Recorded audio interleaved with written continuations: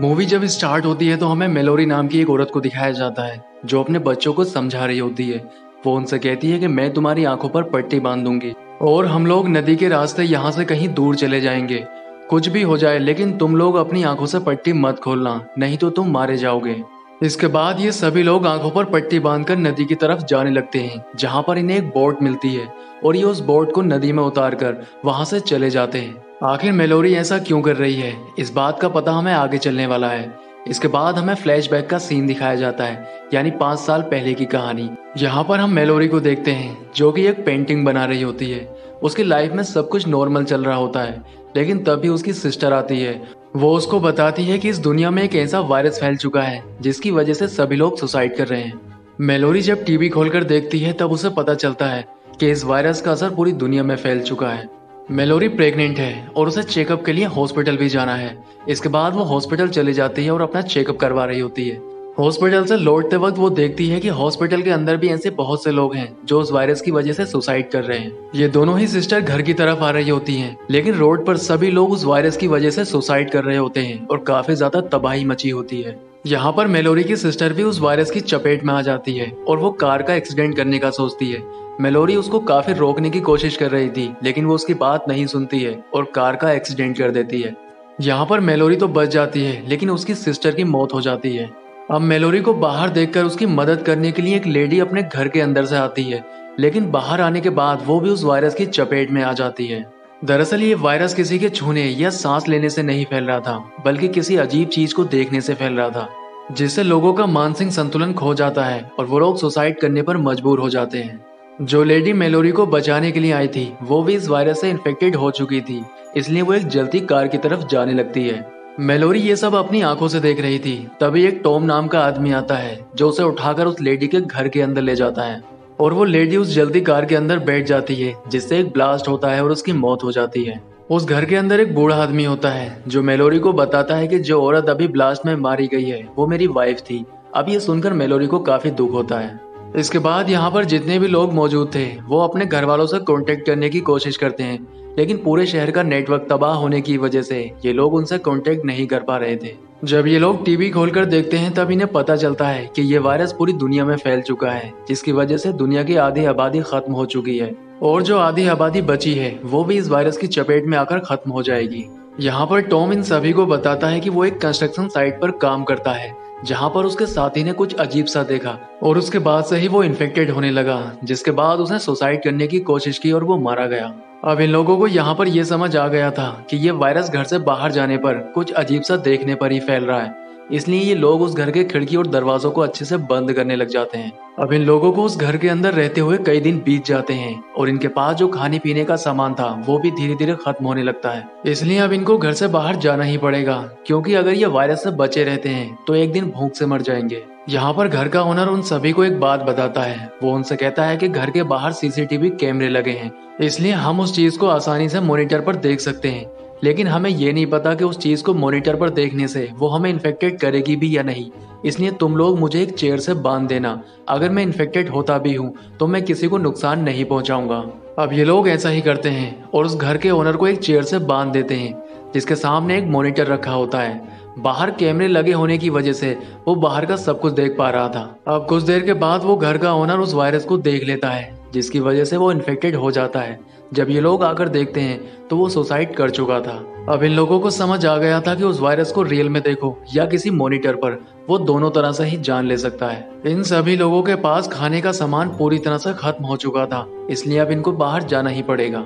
इसलिए कुछ लोग गैराज में खड़ी कार के शीशों को पेंट करने लगते हैं, जिससे बाहर का कुछ भी दिखाई ना दे, और ये लोग उस कार को लेकर जीपीएस की मदद से रोड पर चलने लगते हैं। और इसी तरह से चलते हुए ये एक शॉप पर पहुंच जाते हैं जहां पर बहुत सारा खाने का सामान होता है और ये सभी लोग खाने को कलेक्ट करने लगते हैं। लेकिन तभी वहां पर एक आदमी आता है जो कि शॉप के अंदर आने की कोशिश करता है और वो इन्फेक्टेड है। अब ये सभी लोग उसे अंदर आने से रोकते हैं, लेकिन वो इनकी बात नहीं सुन रहा था। तब इनमें से एक आदमी उस पर हमला करता है, जिससे उसकी मौत हो जाती है। इसके बाद ये सभी लोग खाने का सामान लेकर वापस घर आ जाते हैं और फिर से उस घर में रहने लग जाते हैं।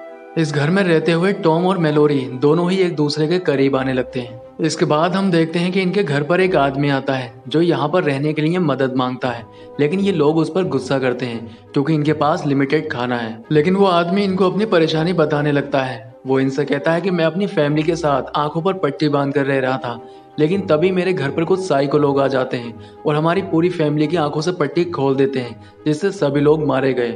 लेकिन मैं अपनी जान बचाकर यहाँ पर आया हूँ। यहाँ पर वो इनको एक बात और बताता है। वो इनसे कहता है कि इस वायरस का असर पागल लोगों पर नहीं होता है, इसलिए वो लोग कहीं पर भी आसानी से घूम सकते हैं। इसके बाद हम देखते हैं कि मेलोरी जो कि एक प्रेग्नेंट थी, यहाँ पर वो एक बच्चे को जन्म देती है। इसके साथ एक दूसरी लेडी जो कि इन सभी के साथ इस घर में ही रहती है, उसके भी एक बच्चा होता है। आगे सीन में हमें उस आदमी को दिखाया जाता है जो कि इनके घर पर आया था।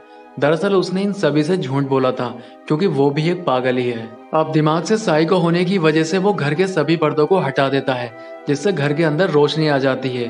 और वो लेडी जिसने अभी एक बच्चे को जन्म दिया था, वो उस वायरस की वजह से इन्फेक्टेड हो जाती है और घर की खिड़की से कूदकर अपनी जान दे देती है। इसके बाद वो एक बूढ़ी औरत की जबरदस्ती आंखें खोलने लगता है, जिससे वो बूढ़ी औरत भी इन्फेक्टेड हो जाती है और उसकी भी मौत हो जाती है। अब इसी तरह से ये आदमी सभी लोगों को मार देता है, लेकिन टॉम वहां पर आकर उस आदमी के गोली मार देता है, जिससे उस आदमी की मौत हो जाती है। अब इस घर के अंदर सिर्फ मेलोरी और टॉम ही बचे थे और इनके साथ 2 बच्चे हैं। अब इनको यहाँ पर रहते हुए 5 साल बीत जाते हैं। यहाँ पर मेलोरी के साथ उसकी बेटी और उस लेडी का एक बेटा होता है जो कि वायरस से इन्फेक्टेड होकर मारी गई थी। उसका बेटा भी मेलोरी के साथ ही रहता है और मेलोरी उसे अपना ही बेटा समझती है। मेलोरी को जब भी बाहर जाना होता है, वो इन दोनों बच्चों की आंखों पर पट्टी बांधकर ही साथ लेकर जाती है। अब इन लोगों ने इसी तरह से जीना सीख लिया था कि आंखों पर पट्टी बांधकर किस तरह से सरवाइव किया जाता है। एक रात टॉम के पास कॉल आती है और एक आदमी उसे बताता है कि एक जगह ऐसी है जहाँ पर इस वायरस का असर नहीं होता है, और इसके साथ वो ये भी बताता है कि यहाँ पर खाने की चीजों की भी कोई कमी नहीं है। टॉम उस आदमी की बात सुनकर वहाँ पर जाने का फैसला करता है। वो उससे उस जगह की लोकेशन मांगता है। तब वो आदमी उसको बताता है कि तुम्हें नदी के रास्ते यहाँ पर आना होगा। टॉम जब मैप में वो जगह चेक करता है तो वो जगह वहां से काफी दूर होती है, लेकिन फिर भी वो वहां पर जाने का फैसला करता है। लेकिन मेलोरी टॉम से वहां पर जाने के लिए मना करती है। वो उससे कहती है कि हो सकता है कि ये कोई पागल आदमी हो जिस पर वायरस असर नहीं करता है। लेकिन टॉम मेलोरी को समझाता है कि इससे बात करके मुझे लगता है कि ये कोई पागल नहीं है और हमें भी लोगों की जरूरत है, क्योंकि यहाँ रहते हुए हमें काफी समय हो चुका है।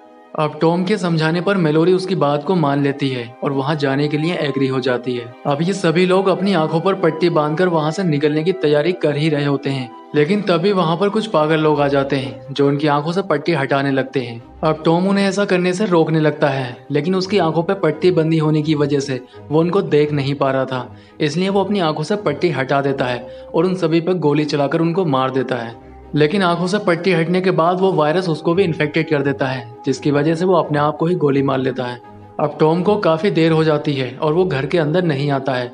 यहाँ पर मेलोरी समझ जाती है कि टॉम मर चुका है और ये वही सीन है जो हमें मूवी की स्टार्टिंग में दिखाया गया था।